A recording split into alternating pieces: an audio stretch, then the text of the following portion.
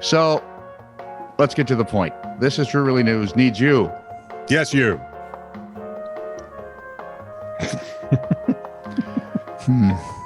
How's it working? Glass camera. Hang on. Needs you. There we go. There, that was much This whole better. pointing thing is a problem. It is because the silly thingy deal. Yep.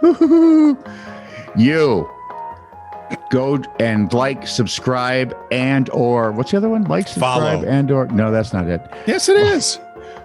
Like, Got it written right here. Doesn't sound right. Like, That you've got subscribe, and/or written, but you follow. cannot remember the number. Okay. Okay. Yeah. Like, subscribe, and or follow, according to Scott. This is Truly News at your favorite place to stream such things, and have your friends do that too at their favorite place to stream such things. And if you're in Great Britain, I really wasn't teasing. I was just teasing about the, the whole lime jello thing. exactly. And we all know we However, Boodles is still weird. prefer Poodles. Trish And who's Wilcher. the new Bond that the street is named after? Because the movie's not even out yet. Yeah. I have no idea. Or did they do that after George Lazenby took over? How new is this new Bond Street? Well, they've been there a while, a lot longer than we've been here. The Bond Street? The we sure? The Brits over in Britland. Because we had to beat them up so we could have our own country. They were busy doing other things as well. Speak American. thankfully. So, This is True, Really News with Scott Combs and Tony Vercanis. All the news you're about to hear is true, Really? as far as you know. Trish This Wilcher is why I'm not a diplomat. was in her bedroom It's also why I'm not allowed to work near people. when she spotted something. I'm on sorry, the who is this? floor. This is Trish Wilcher, Yeah, and she spotted something on the floor. that's it. Before going to bed, I spotted what I thought was a piece of fuzz on the floor, went to reach for it, Oh, no. and it moved. Fuzz shouldn't move. The fuzz turned out to be a baby snake. Huh? Mm-hmm. I thought it'd be something cool like a big old spider, but And found under the bed mama snake? 16 more baby snakes. And the This is her room, right? Uh-huh. Mhm. Mr. Wilcher retrieved his trusty grabber and placed each snake in a the bag. thingy? Yeah. I Yeah. love those. And released them at a nearby creek. Luckily, they were non-venomous garter snakes. The Wilchers had an expert stop by and confirm they were now snake-free. But I still love the idea. My fuzz moved. I'm sorry, honey. You never even said that to me on our wedding night. I want to know how they got all those snakes in there without them knowing there were all those snakes in there. You would think, and mom snake had to be in labor. Didn't you hear those screams? I mean, come on. the little snaky screams. They do Breathe. it with their tongue. You never hear anything. Okay, remember Florida boy who came washing on the shoreline in his hamster wheel thing? Oh, yeah. Going to walk from somewhere to somewhere on the ocean. Yep. So the place where I found that story, Yeah. I got to thinking what other weird things may have washed up. All right. 1 of 8. Number 1, Garfield phones. Yes, since the 1980s, a strange phenomenon has, and we used to have one of these because my daughter was big into everything Garfield. Now my house still, and she's been gone a long time, still has a lot of Garfield things in it. A strange phenomenon has plagued the breaches of Brittany, France. Hundreds of telephones in the shape of Garfield have regularly drifted ashore for more than 35 years. And no one really knew why until 2019. Hot dog. When journalists, because they're superior human beings, just asked them, discovered a long forgotten cargo container filled with, Garfield phones. no, actually, they were old DVDs of the Jetsons. I don't understand how that. Oh, no, Garfield phones that had fallen into the sea during the storm in the 80s. It had managed to lodge itself in the seaside cave and was now slowly but surely downloading all of its contents. Oh, they must be on a dial-up modem. One day, they also found a bag of severed hands in Siberia. 2018. In the small island in the Amur River, a man saw a human hand sticking out of the snow. And it got worse from there. Went over there, got a little digging action going.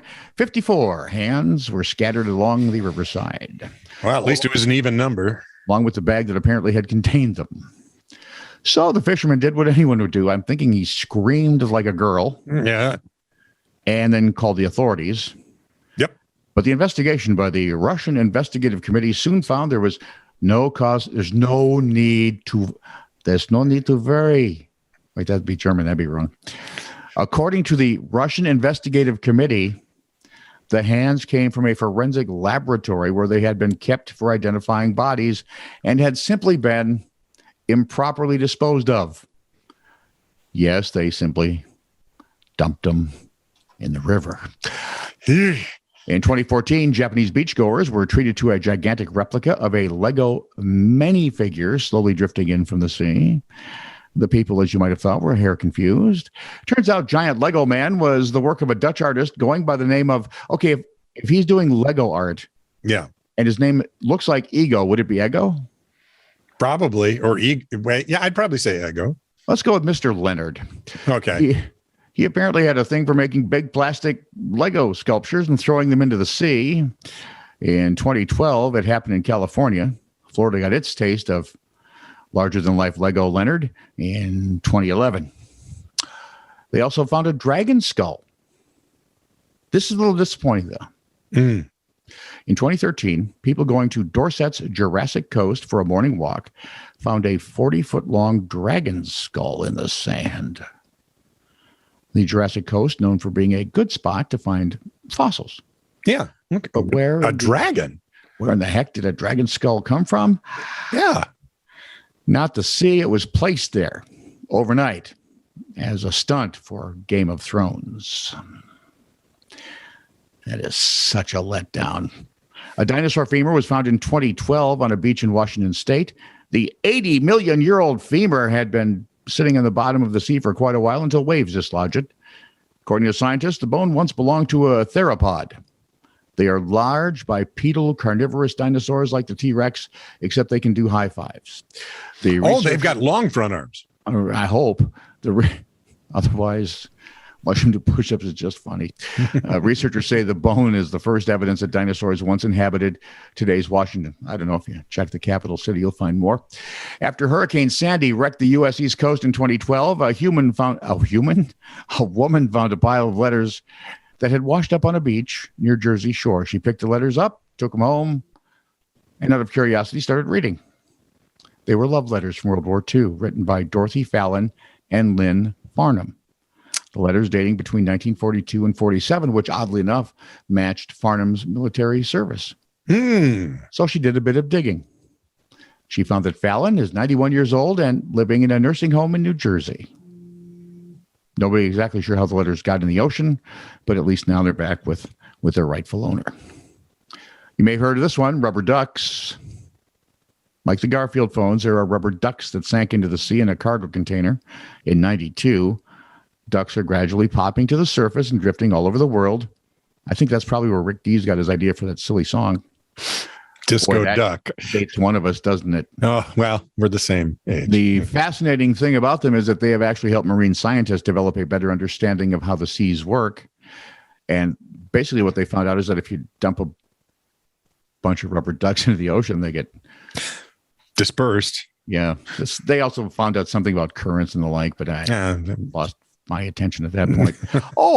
And this is not so weird, but drugs show up on beaches.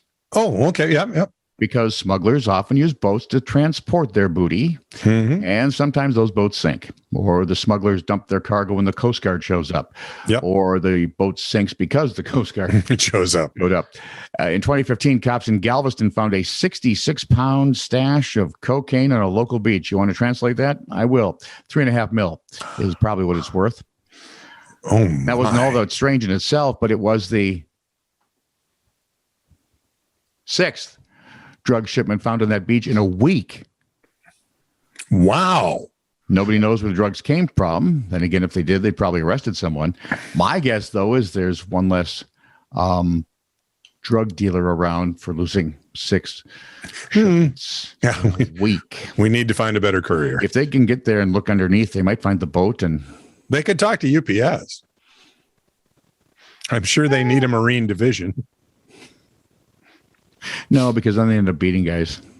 True. Who True. stabbed them in the back. Wow. Call back. So here we go. Police blotter. Valparaiso and Elena Avenues, 4:14 p.m. Thursday. A person reported seeing a golf cart type vehicle full of juveniles not using seatbelts. Now, we've ridden a lot of those. Golf carts. They They don't have seatbelts. No, they don't. It's just The question why would you? whatever. Cove Lane, 12:37 a.m. Thursday. 10 raccoons were reported to be loitering near a dumpster. They'd hopped off their golf cart, not wearing seatbelts, and packs of cigarettes rolled up in their t-shirt sleeve. And Queens Court, 4:24 a.m. Tuesday. Resident told police a vehicle passed her house 2 times in the past 5 minutes. Dum dum dum. Finally, She's watched too many thrillers. Holbrook Lane, 10:39 p.m. Monday. A man in a white truck reported to be whistling and possibly casing the area was contacted and determined to be seeking his dog. Hence the whistling. Which reminds me of Bob Berglund when his dog Brandy got loose one morning before he could get to work, early morning radio. So there he is driving through the neighborhood with his door open screaming, "Brandy! Brandy!" You're a fine girl. All right, as long as you're doing animals, cockatoos may have bird brains, but at least some of them, this isn't all that funny. I just found it interesting. Okay. Some of them now can dumpster dive. Oh, yeah? A group of researchers published a study in the journal Science that presents evidence that some of the parrots had learned foraging techniques from watching other birds and argue now that it demonstrates a rudimentary bird culture. Yeah, I'm not going that far. I'm thinking it shows us that, wow, cockatoos can figure stuff they're eating. I want to eat. I'll do that. The Australian ornithologist Richard Major, he got a promotion. Apparently. Richard Captain. Richard noticed sulfur-crested cockatoos pillaging his garbage bins a few years back. The cockatoos in the Sydney, Australia suburbs use their beaks to lift the lid. Then they walk back toward the hinge to open it, allowing them to feast on the refuse. Feast, really?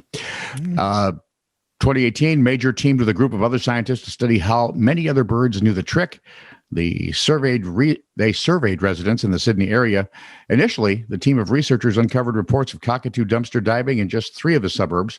By the end of the next year, 2019, 44 suburbs. News spread. I think there's probably well, it could have been the cockatoo internet. Max Planck Institute behavioral ecologist and study co-author Barbara Klump said that meant that cockatoos were likely learning from watching one another. Sure. Huh. So they set up video cameras, recorded 160 instances of birds dumpster diving. Most of the cockatoos were males because they're bigger, stronger. But Klump said the males getting into the trash also tended to be at the top of the birds' social hierarchy. Oh, interesting. So it's just the opposite of us. Right. Yeah. Of course, they're cockatoos. What do they know? Klump and her colleagues noticed one other thing. As the behavior spread through Sydney's population of cockatoos, the techniques for accomplishing the task diverged into regional patterns. One group would lift the lid with just their bill. Others would use both their bills and a foot. The researchers are calling it would be a subculture, much like a regional dialect. The scary thing I have is apparently Alfred Hitchcock was right. Well, yeah. Ooh. Yeah. Where are we going to find Tippi Hedren these days? This is true, really news. Send email to TiTR@netradio.network.